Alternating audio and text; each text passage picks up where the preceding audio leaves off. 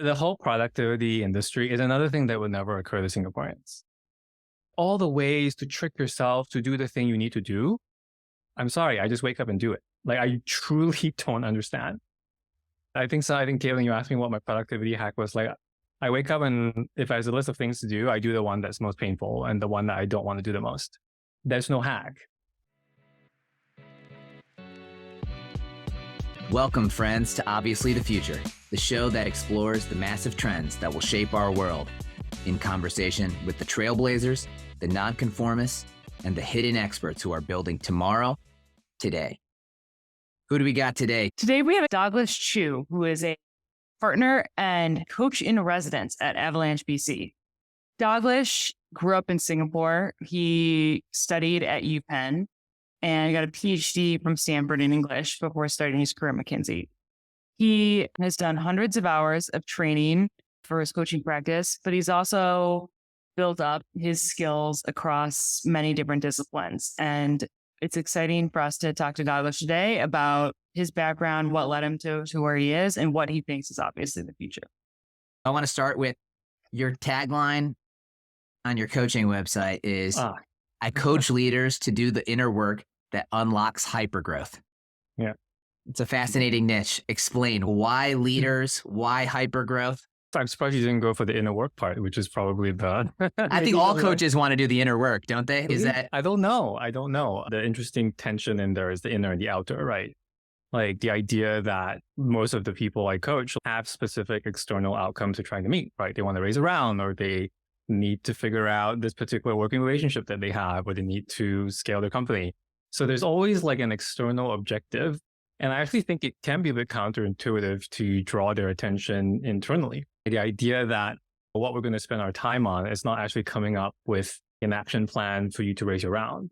We're really going to talk about what makes it hard for you to do that today and what patterns or ideas or beliefs you have that hold you back. Maybe it's obvious to some people that coaching really is internal, but I found even in the introductory conversations that I have with some clients, it still takes a bit of effort. There's a kind of strain of coaching that's more, call it accountability coaching, right? Where you rely on your coach to come up with a plan with you and work with you on it and keep you accountable. That's actually not really what I do. I feel like most of my clients are already very type A, already have a lot of plans, already want to do a lot of work. And what really needs to be worked on or unlocked is really internal. How do you get them to go to the inner side when there's so much pressure on the out? How did I do it with you, Caitlin? How did it go with you? The magic of a good coach is you don't even realize that it's happening. They push you. You don't really realize. And then all of a sudden you're there talking about what the inside is. And then some insight comes from it. And then you work with your coach to go deeper. That's the marker of a good coach. And the coaches that I've had that haven't really done inner work, it was clear that it was just always going to be surface or driven by me. They weren't going to challenge me. So I think you're getting to a few things, right? Like the feeling that I'm not getting you to do anything is primarily because it's question-led. I'm just asking questions about what you're saying. So there's an art to that. Obviously, the question may come from a place of I have an instinct or a feeling about what may be happening, but I'm not going to just tell you what's happening. I'm going to ask you and perhaps help you to get there on your own. So that there's the questioning piece. Obviously, the other two parts that you mentioned, that there is a bit of challenge involved, right? If I'm asking you a question that generates an insight, it's usually a question that you, for various reasons, have never asked yourself, have never thought to ask, maybe didn't even think it was a question that could be asked. So there's an element of that as well. That's what gets people to kind of not so much focus on what am I trying to get done, but try to start to observe how am I actually thinking about the problem? How am I framing the problem? Rather than looking through the lens at what you're looking at, grow the company, what is the color or shape or kind of peculiarity of this lens that you have? I want to be a fly on the wall for the Dalglish Caitlin coaching sessions. Any magical questions that you've unlocked for Caitlin? She'll answer this one. One of the ones that it was a persistent theme that we've talked about over and over is when pitching LPs, that you can get in this mindset of what does this person need to hear from me? And we've talked about, I am an unconventional person at Avalanche, and what we're trying to do here is unconventional. And so ways of inviting people in to be part of our unconventional strategy, and people can choose to join rather than thinking that I'm trying to figure out what they want to hear me say. Yeah, so different. I'm not going to put Caitlin on the spot, but versions of the questions I probably asked her then was like, what is so bad about not being what people want? Like, what is so scary about saying something that isn't what people want to hear? What feels dangerous about that? And she doesn't have to answer on the spot, but that's where that conversation could go. You're talking about the art of question asking, and you're effectively prompting your clients, and you're prompt engineering. I'm curious how you reflect on that term. I have never thought of the analogy. That is interesting. I suppose with my limited understanding of prompt engineering and AI, I think, is it fair to say that if you're prompting a language learning model, the kind of responses are probabilistic and constrained by what the model is trained on? That's true, but isn't that true of humans too? Eric, but I would also take it a step further, which is to say, it's not hard to imagine a large language model becoming an excellent questioner in this regard. So what's the stop an AI from becoming a coach in this vein? Do you see any limitation other than processing power or the data set it's trained on for why an AI can't perform that function of a coach in the way that you're describing in terms of trying to spark the types of questions that can allow you to dig deeper? Probably a complicated response. And I guess the simplest response is to say that if you believe that coaching is primarily a language-based interaction, right? If we took our conversation, me and Caitlin, and we just transcribed it, that's the content of the conversation. Well, I would argue that I'm probably reading and picking up on a lot of nonverbals as well. The way you say it, how you say it, the look you gave me when you said that word. There's a lot that's not language-based in the coaching interaction.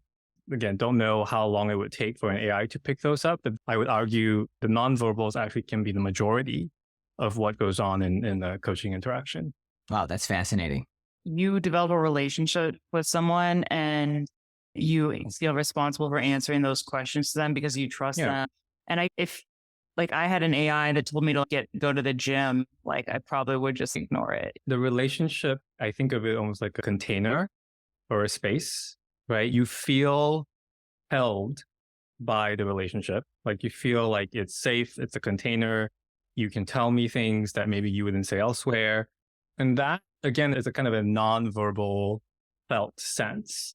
And not to say that you can't feel that for an AI. I was going to completely push back on Caitlin's suggestion because I think, yes, you just happen to pick on calling it an AI and using a chat interface, but it's not hard to imagine. I don't know, even as kids with Tamagotchis, people develop attachments. There's all sorts of ways to develop attachment that don't require the human interface. The AI could be masked in all sorts of different ways that I think could allow that container to feel even safer than a potential other human that has their own vulnerabilities or not fully within your locus of control. Yeah. So I think it's hard to continue this conversation much longer without getting into woo-woo language about energy, felt vibes or resonance. But I think there's a kind of mutuality of the emotional investment. Could someone invest in AI with affect and emotion? Yes. Can you invest in an AI coach like any emotion? Yes. But will you feel the reciprocity of that? I don't know. I don't know how well an AI coach can mimic or exhibit some of these nonverbals. Humans have discernment and judgment and experience and are able to relate. And maybe the AIs will get there at one point, but it's a very human skill to do what you're talking about, this art of asking questions. Yeah. And if I'm being completely transparent, it's even difficult for me to completely articulate what it is I'm doing during a session. It's at that level of instinct. And so if we assume that to develop an AI coach, one actually has to disaggregate and deconstruct what it is I do at a very granular level to be able to develop the software, I think that would be the blocker. The fact that I can't even really fully articulate what it is I do makes me skeptical that you could duplicate that. Wait, does that mean that there are times where you feel like you had a bad day, something happening, and you can feel in yourself that this is like a C- coaching session? And whereas other times where you feel fully present, really immersed in that moment, do you recognize the absolutely. variability in yourself in what you deliver? Absolutely. And I think some of the variability gets constrained by the mutual selection of clients, right? Like that's why I do so many introductory calls. We feel each other out for 45 minutes, not dissimilar to like when people choose a therapist. There has to be some underlying kind of match in chemistry and expectation and so forth. So between the introductory calls I do, like the first sessions I do with people, there's a lot of variation. Sometimes I'm just like I'm not getting traction, like we're not getting anywhere. There's some resistance. Why is not a fit? And often both sides feel that, right? In our own ways. But once both I and a client have agreed, that cuts out, I think, the tail ends. And then there's more of a variation between A- to A+, and we don't get the B's and C's. I'm interested in these personality frameworks. I guess the question is, can you give generic advice if you know the person's archetypes? That's an interesting one. So part by part, right? So yes, there are a lot of inventory systems out there. My favorite, I work a lot with the Enneagram. It's my favorite for no more complicated reason that it's been so helpful for me. Like when I've lived it and experienced it and worked with it and found it helpful, that gives me the conviction to do it with my client. I think of these systems as kind of language. Like they give us a different vocabulary for talking about the same thing, right? Just to use Caitlin's example, because we've already brought it on the table. Like this idea of this reticence to say things that people don't want to hear, or this attentiveness to what do you really want from me and how can I give you exactly that? Now, one could use any number of frameworks, right? Like we could use the MBTI and figure out what is it about the MBTI or a type that lends itself to that. We could use DISC or any number of things. So I find it's choosing systems or choosing models or inventories is a bit like choosing a language. Like which language resonates best with you, that you understand, that you find helpful, and also obviously with the client that they understand it as well. Mm-hmm. And just to answer the last piece of your question is, yes, if you know your type, then there are generic-y, like you can read the book, right? If you know your Enneagram type, then read the book and you know all the advice for like type 7 or whatever it is. But I think a recurring theme of our conversation is that there's a difference between knowing and perhaps realizing. Well, you know that your type tendency is this, you know that the upside is this and the downside is this. And then what? So what? There's a kind of internalization where it drops below the neck, where you observe yourself doing the thing and you actually get to make a different choice. And that is much harder than knowing. We all do things that we know we don't want to do. So yes. the knowing itself is clearly not the main thing. Yeah. Yeah. So what do you think, if this is obviously the future, what do you believe about the future that most people don't? I think what's obvious to me is that there is a broader cultural shift, and maybe generational as well, in terms of the willingness and facility and even interest in talking about, call it psychology or our inner lives or just how we experience or how we make our way through the world. Sometimes that gets coded as like mental health. Gen Z is really willing to talk about mental health in a way that older generations haven't. So that is to me, obviously the future. But in terms of the form that desire or need will get met, I actually have fewer convictions. Like even the thing I do, this one-on-one thing, it's just the way I do it now. It's just the kind of shape that this work takes for me now. I don't know if it's the best. I don't know if it's right, scalable. It's clearly not scalable because if you're one-on-one, then that's just how many people you can coach. But if AI takes most of the other jobs, there's a lot more room for coaching to be one-to-one. I feel like the main constraint on something like coaching is supply. Even though coaches popping up left and center, the constraint is something like wisdom is in short supply, right? You think of wisdom as a certain quantum of self-awareness, a certain quantum of doing your own work, a certain quantum of being able to understand yourself enough that you can make space for others and their experiences. That feels like a tall order to scale supply fast. Like that feels like the supply of that in the world is probably finite and isn't growing as quickly as the need for it. You got to coach the coaches. Yes.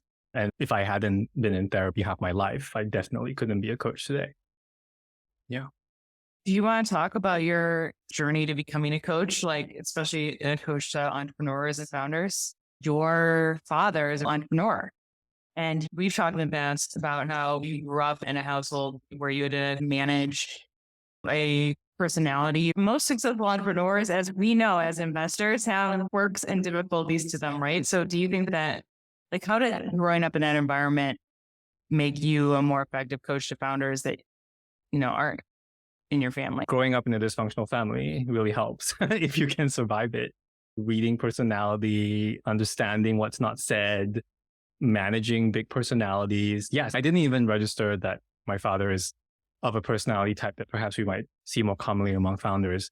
But just, yes, playing that role, having to, from a very early age, know how to work with other people and their inner lives. I think definitely there's unfortunately no better training than growing up in a dysfunctional family. And navigating through it successfully. Yes, you have to survive it. That's the big if. That's definitely part of the context, but your career is so interesting to me. You have a Ph.D. in some kind of literature, and you were a McKinsey machine for a number of years. How does all that kind of pull together? It's still a work in progress. I feel like it's one of those things where, like on my deathbed, I will finally realize, that's how it all made sense. Because right now in the middle of it, still continues to be quite hard to see how it all connects. I actually don't know what your PhD was in. I got a PhD in English at Stanford, which in some basic sense means I had to familiarize myself with all of English and American literature from Beowulf up to now. So that's part of my training. And then my specific specialization, I had to be able to teach 20th century American lit from 1914, World War I, all the way to now. Any hot takes on English as a major? Is that book club? Do you still recommend that people major in book club? I'm not a purist. I'm not people should major in the humanities and fuck getting a job. I have no right to say that because I went to Penn, I majored in English, and I got a dual degree. I did my worked in undergrad degree like a good Asian kid. I covered all my bases, did the thing I wanted, and also did the thing that was practical. And I think it was, looking back, thank God I did that, because when I graduated my PhD, it was what was I going to do with it if I wasn't going to be a professor. I think that the study of the humanities, the study of English, it's a privilege and it's a luxury, one that honestly not many people will have, I think, as time goes by. The kids themselves are feeling the pressure not to study things like that. Would I recommend anyone do a PhD in English today? Absolutely not, unless you were independently wealthy and don't mind spending multiple years adjuncting and with no health insurance and benefits. Absolutely not. It's not. I don't think it's ethical to suggest that anyone should do that today. But so in my experience doing it between 2010 and 2017, it was this weird socially sanctioned period of my life where no one expected me to make a lot of money. No one expected me to do a lot. They were like, you're doing this thing for 7 years, we're not going to bother you. And so it's the closest thing to a kind of monastic or religious retreat experience that you can get in this world without actually going off into the mountains. Because the truth is I couldn't do much more reading and writing than 4 hours a day. There's just so much I can do on my PhD a day. And the rest of the time I was doing meditation retreats and traveling and volunteering and doing therapy and just figuring my shit out. I was using that time to just, become who I am now. And I wouldn't trade that for anything. I like that breakout. English PhD says it is the modern day monk. It really is the closest thing. Of course, you can use that time for any number of things. My experience was very peculiar and singular because of the way I chose to look at it. But yeah, what other experience lets you use your 20s in that way without parents or society constantly badgering you about what the fuck you're doing with your life? I want to ask you if there's anything about growing up in Singapore that feels particularly salient, either for you or for people in the innovation economy. I feel like a lot of questions that occur to the average American will just never occur to a Singaporean. I think, you refer to the piece you had me read, by the way, the one about coercive productivity. This idea that Americans look at something and ask themselves, do I want to do it? How motivated am I? How will it make me feel? No Singaporean, at least in my cohort, would ever ask that. You wake up, you know what exactly you have to do, you do it, and you don't pause to ask yourself how you feel about it. I often say that no one ever asked me what I wanted until I I got to the US. And then the questions wouldn't stop. What do you want in life? What do you want to do? What do you enjoy? No one, I'm not even kidding you, no parent, adult, teacher, no one ever asked me that in Singapore. It just doesn't come up because who cares?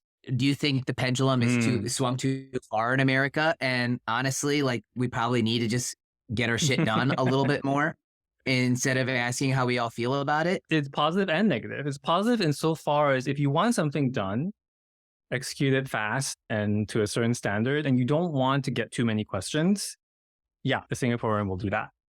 But you won't have to spend so much time explaining, here's why you have to do it, and here's why it's good for you, and so forth. But that's this a certain kind of discipline and pain tolerance that comes with that can be very helpful. Yeah. You can imagine the applications here. But then the negative valence is probably sometimes you do want the questions. Sometimes the questions are important. Sometimes asking yourself, do you actually want to do this before embarking on it is actually a very important question. Yeah. In those cases, then that becomes a bit of a liability. And I have found myself at the far end near the completion of very painful projects and waking up and wondering why the hell I did any of that. So perhaps there is a bit of a personal and psychic cost to that kind of like blinders on discipline. You wrote that essay on suffering. You know, Is that what you're getting at? Like the concept? you may have been thinking about the one about pain tolerance. Yeah, no, I've often felt that my pain tolerance is a bit of an edge in terms of, look, like I may not be smarter or whatever, more talented than the next guy, but I will keep going for twice as long because I just don't have like the pain tolerance. What's one less hour of sleep or whatever? Like that's nothing, no skin off my back. Is it an edge for someone, a founder, a leader to have high pain tolerance? Absolutely. It's an edge. And if you could bet on the founder, bet on one with high pain tolerance.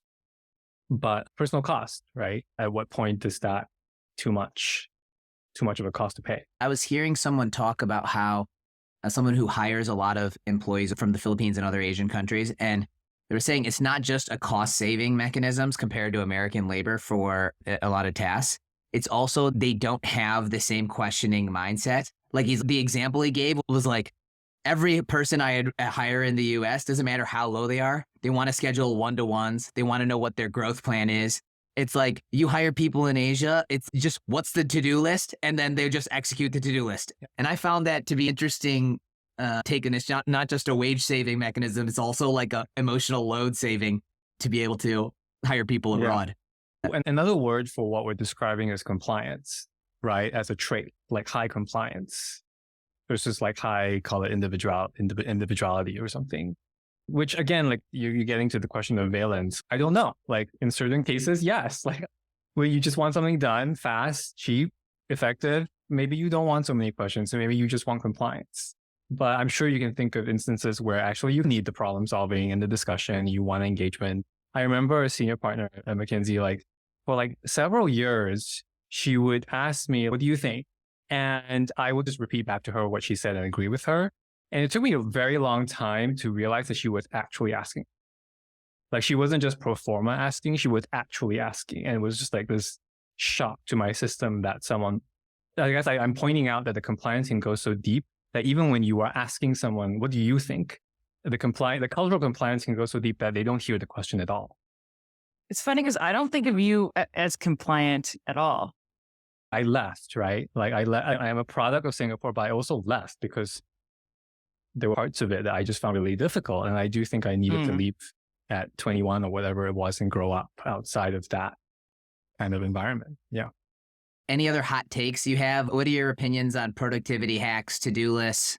The whole productivity industry is another thing that would never occur to Singaporeans. Again, I'm just generalizing, but like this productivity of all the ways to trick yourself to do the thing you need to do. I'm sorry, I just wake up and do it. Like I truly don't understand. I think, Caitlin, you asked me what my productivity hack was. Like I wake up and if there's a list of things to do, I do the one that's most painful and the one that I don't want to do the most. There's no hack. Are you saying that there's a bit of that national character?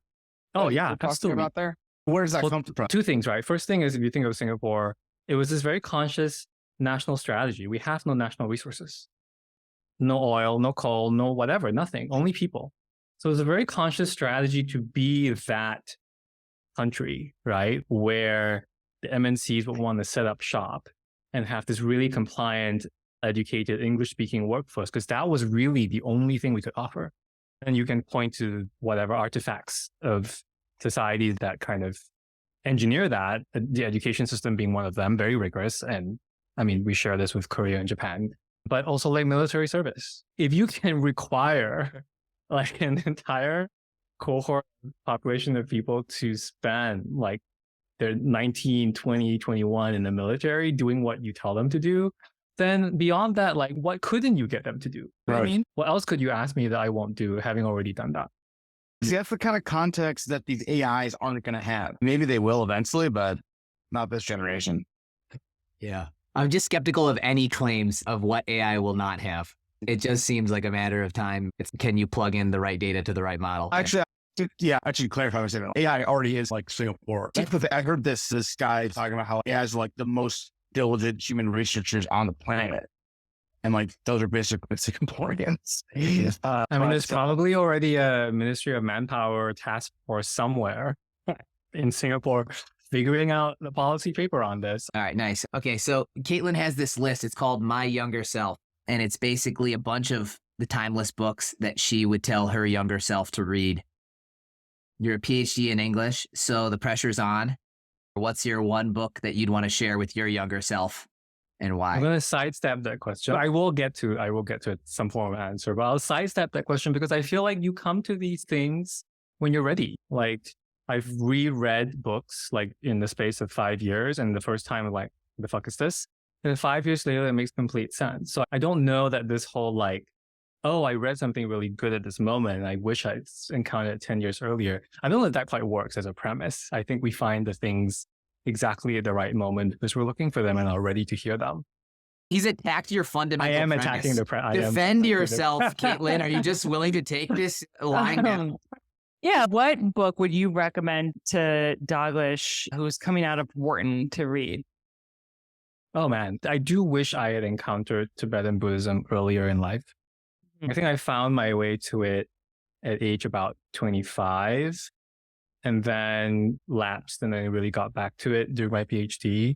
I think if I had grown up with it, of course, like a lot of East Asian cultures are like culturally Buddhist, but there's just not much of the actual philosophical content of the Buddhism. But when I finally encountered even just the most popular authors like Pema Chodron or whatever, I really do wish I had encountered it earlier in life. I think it would have just helped me feel.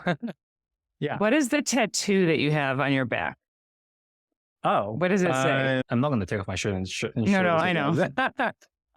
It's in our follow-up episode that we released on OnlyFans. So it is actually Chinese calligraphy that I found an artist in Hong Kong who is both a calligraphy artist and a tattoo artist, which means that she's able to do like the actual, make it look like brushstrokes. And it's a verse from a Buddhist text called the Bodhicharyavatara, which just translates to something like Bodhisattva's way of life.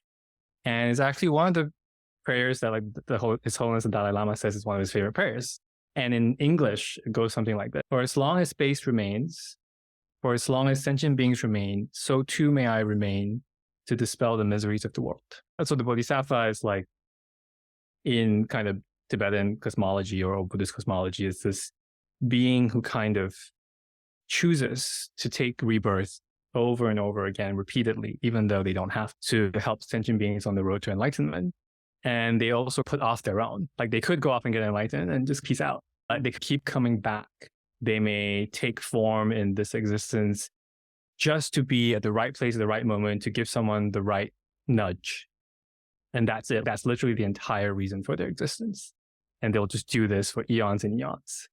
So there's something about that aspiration that I find very inspiring. Nice. Thank you. I love that. Dalglish, thank you so much for joining us. That was awesome. I really appreciate it. Thank you for having me. And we'll be back with another episode of Obviously the Future soon. Thanks.